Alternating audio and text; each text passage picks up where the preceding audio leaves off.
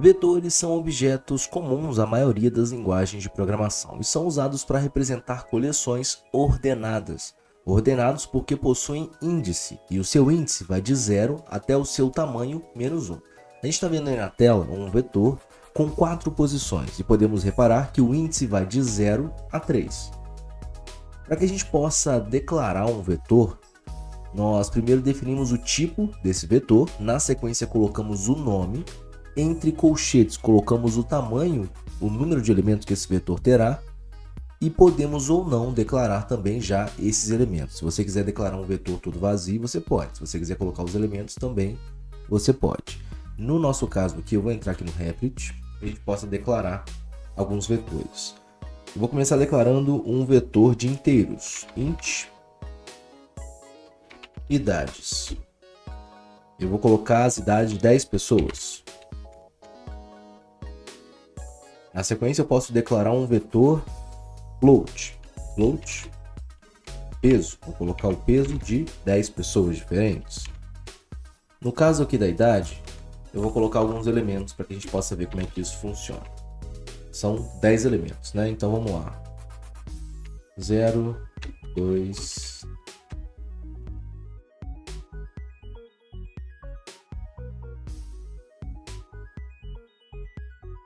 Beleza, temos aqui os 10 elementos.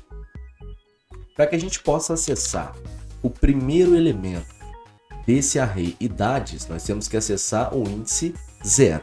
E como é que a gente acessa o índice 0? Eu vou abrir aqui um printf para que a gente possa ver o primeiro elemento. Primeiro elemento de um vetor de inteiros, então %d, porque o que vai ser mostrado é um inteiro. O primeiro elemento do vetor idades, eu vou colocar idades com índice 0, beleza? E a gente vai conseguir acessar aqui o primeiro elemento. Ó, primeiro elemento, 0. Porque a gente colocou 0 aqui no nosso primeiro elemento. Vamos alterar ele para 47. Agora o nosso primeiro elemento vai ser a idade 47, ok? E como é que a gente acessa o último elemento?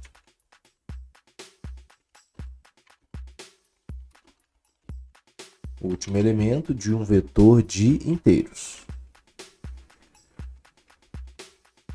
Bom, para pegar o último elemento, nós vimos lá naquele primeiro desenho que nós tínhamos um vetor com 4 posições. Se eu tenho 4 posições, eu vou de 0 até o tamanho menos 1, que é 3. No nosso caso aqui, no vetor idades, nós temos um vetor com 10 posições, 10 elementos, um elemento em cada posição.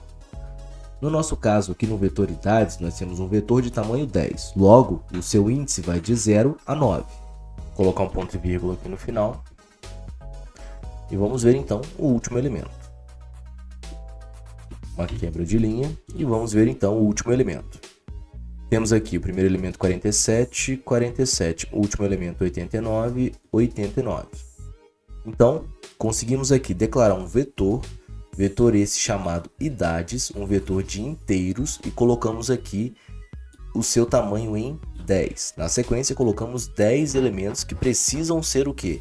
Precisam ser inteiros, porque é um vetor de inteiros. Nós não podemos misturar dados aqui. Você não pode colocar um número com vírgula ali, não. Float não vai entrar ali. Na sequência, conseguimos acessar o primeiro elemento e conseguimos acessar o último elemento, que é o tamanho menos 1. Uma coisa bem interessante aqui dos vetores é a forma que a gente pode usar para percorrer esses caras. A gente pode usar os loops que a gente aprendeu anteriormente para percorrer um vetor. Vamos a um exemplo. Um professor armazena a nota de seus alunos em um array. Durante a correção da prova, que tem 5 questões, que valem 100 pontos no total, 20 pontos cada uma, ele teve que anular uma questão. E agora, todas as notas dos seus alunos serão acrescidas de 20 pontos. Então vamos declarar aqui float notas. Eu vou colocar 10 alunos. Vamos colocar aqui 10 notas.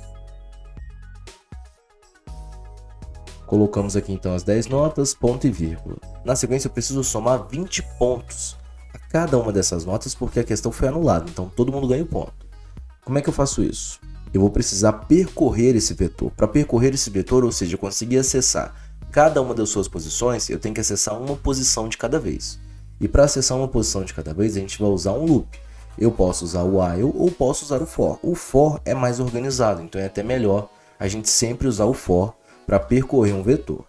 Então vem comigo aqui, eu vou abrir um for int i igual a 0, né? Então nós vamos começar a percorrer esse vetor da sua primeira posição à posição 0.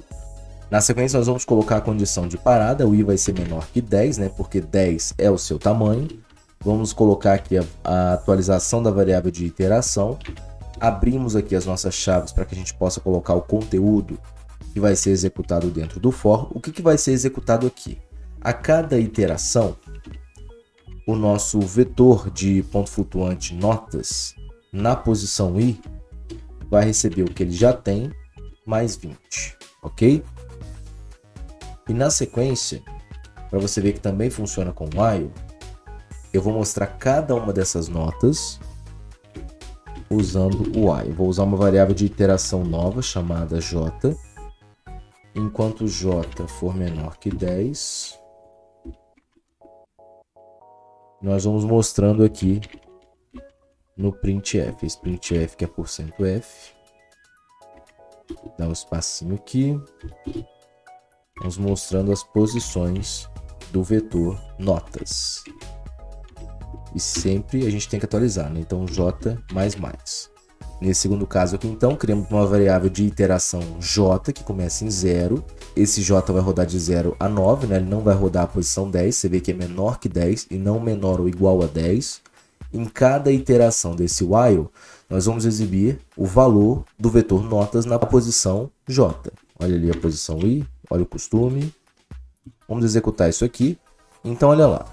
Nós temos a primeira posição aqui, o número 23, em ponto flutuante, né? Então ele vai ter coisas depois da vírgula. Nós viemos para esse for, e nesse for eu estou pegando cada uma dessas notas e somando 20. Então 23 mais 20 dá 43. Quando nós estamos mostrando esse vetor notas aqui dentro do while, olha o que saiu. 43, né? 23 mais 20, 43. O segundo cara aqui era o 56.9. 56.9 mais 20, 76.9, tá? Esse 2 no final aqui, isso aqui é um erro de arredondamento, tá? Pode ignorar. Se você quiser colocar com uma precisão menor de casas decimais, você pode colocar, ó, ponto 3, ponto 2, e ali você vai reduzindo as casas decimais, tá vendo? Ó, ficou com 3 casas decimais. Vamos colocar apenas uma casa decimal. Vamos colocar apenas uma casa decimal. Olha lá, 43, 76.9, 109.7 e assim por diante, ok? Vamos então para a nossa atividade prática usando vetores.